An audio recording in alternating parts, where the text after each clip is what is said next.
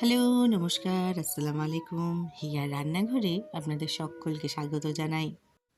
মিষ্টি জিনিস সকলেরই ভীষণ প্রিয়, আর মিষ্টি ছাড়া আমাদের কোনো অনুষ্ঠানই সম্পন্ন হয় না। তাই আজকে আমি চলে এসেছি একটা সিম্পল এবং টেস্টি ডেজার্টের রেসিপি নিয়ে, যেটা হলো ছানার পায়েস। আর এই ছানার পায়েস বানাতে মোটে 4টি উপকরণ লাগে, যেগুলি আপনারা সবসময় আপনাদের বাড়িতেই পেয়ে যাবেন।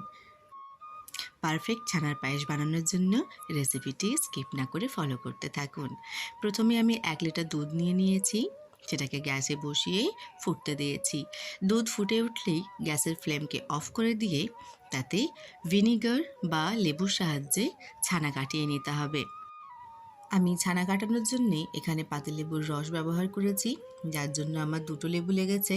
আপনারা যদি ভিনিগার ব্যবহার করতে চান তাহলে 2 চামচই যথেষ্ট। এছাড়াও আপনারা ছানা কাটানোর যে পাউডার পাওয়া যায় সেটা দিয়েও ছানা কাটাতে পারেন, আবার টক দই একটু মিশিয়ে দিলেও ছানা কেটে যাবে।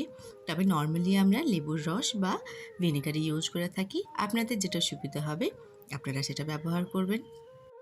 তবে অবশ্যই দুধ ফুটে উঠলে গ্যাসের ফ্লেমটাকে অফ করে তারপর ছানা কাটাবেন, তা না হলে ছানা শক্ত হয়ে যাবে। যদি আপনারা ছানা কাটানোর জন্য পাতিলেবুর রস ব্যবহার করেন, সেই ক্ষেত্রে কিন্তু লেবুর বীজগুলো আগেই বার করে নেবেন। একটা কথা এখানে বলে রাখা খুব দরকার, সেটা হলো ছানার পায়েস বানানোর জন্য কিন্তু সব সময় ফুল ফ্যাট মিল্ক ইউজ করবেন, টোন মিল্ক ইউজ করবেন না। ফুল ফ্যাট মিল্ক না হলে কিন্তু এর টেস্ট সেভাবে আসে না, তার জন্য এটা অবশ্যই মেনটেন করার চেষ্টা করবেন। এখন আমি একটা স্টেনারের সাহায্যে ছানার জল ঝরিয়ে নেব। আপনারা চাইলে এই ধরনের একটা স্টেনার ইউজ করতে পারেন, কিংবা সুতির পাতলা সাদা কাপড়ের এটাকে ছেঁকে নিতে পারেন। তবে কাপড়টা অবশ্যই পরিষ্কার হতে হবে, আর সাদা হলেই ভালো, তা না হলে কাপড়ের রং ওঠার ব্যাপার থাকে। আর ছানাটা যখন ছাঁকবেন তখন খুব ভালো করে জল দিয়ে ধুয়ে নেবেন, কারণ তার মধ্যে যদি লেবুর রস বা ভিনিগার যেটা আপনি ইউজ করবেন সেটা রয়ে যায়, তাহলে দুধে দেওয়ার পর দুধটাও কেটে যাবে। তাই ছানা ছেঁকে নেওয়ার পর পরিষ্কার জলে ভালো করে ধুয়ে নেওয়াটা খুব প্রয়োজন। এখন অন্য একটি পাত্রে আমি আরও 1 লিটার দুধ গ্যাসে বসিয়ে দিয়েছি। দুধটা গরম করছি। এবার এর মধ্যে আমি দিয়ে নিলাম 2টো এলাচ। আপনারা চাইলে এখানে কেশর ইউজ করতে পারেন, তবে সেই ক্ষেত্রে গরম দুধ তুলে নিয়ে কেশরটাকে ভিজিয়ে রাখবেন। যেহেতু আমি এখানে এলাচ দিচ্ছি, তাই আমি এখনই এটাকে দিয়ে নিয়েছি।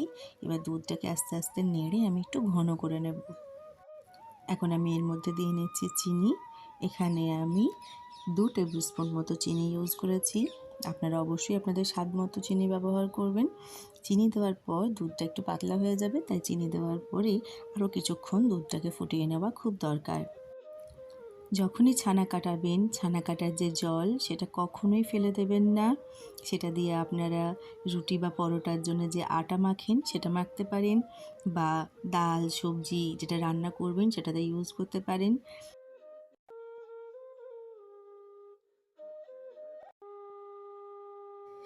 চিনি দিয়ে দুধটাকে আরও কিছুক্ষণ ফুটিয়ে নেওয়ার পর আমি এখন দিয়ে দিচ্ছি এর মধ্যে জল ঝরিয়ে রাখা ছানা।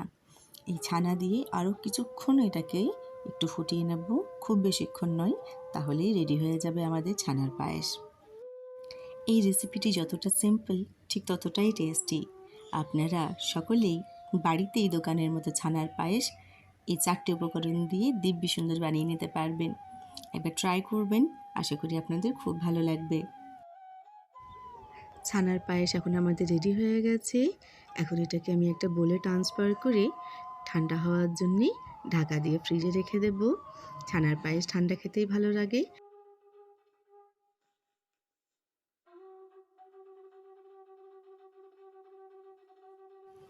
এখন আমি উপর থেকে ছড়িয়ে দেব খানিকটা কাজু এবং পেস্তা কুচি, যেটাকে আমি ভিজিয়ে রেখেছিলাম, তারপর কুচি করে নিয়েছি। আপনারা চাইলে এখানে নাটসের ব্যবহার করতেও পারেন, আবার নাও করতে পারেন, এটা অপশনাল। তবে মুখের মধ্যে যখন এই নাটসগুলো আসে ছানার পায়েসের সঙ্গে, তখন খুব ভালো লাগে খেতে। এটা ঠান্ডা হয়ে গেছে, আমি এখন ফ্রিজ থেকে এটা বার করে নিয়েছি। দেখুন, দেখতে এটা ভীষণই সুন্দর লাগছে, আর খেতেও ঠিক ততটাই ভালো হয়েছিল। তবে আপনাদের কেমন লাগলো সেটা অবশ্যই আমাকে কমেন্ট করে জানাবেন। যদি ভালো লেগে থাকে প্লিজ একটা লাইক করে দেবেন, ফ্রেন্ডস ফ্যামিলি সকলের সঙ্গে শেয়ার করবেন, আর আমার চ্যানেলটিকে সাবস্ক্রাইব করে প্লিজ আমার পাশে থাকবেন। থ্যাংক ইউ সো মাচ এতক্ষণ আমার সঙ্গ দেওয়ার জন্য, আমার ভিডিওটি শেষ পর্যন্ত দেখার জন্য। Thank you.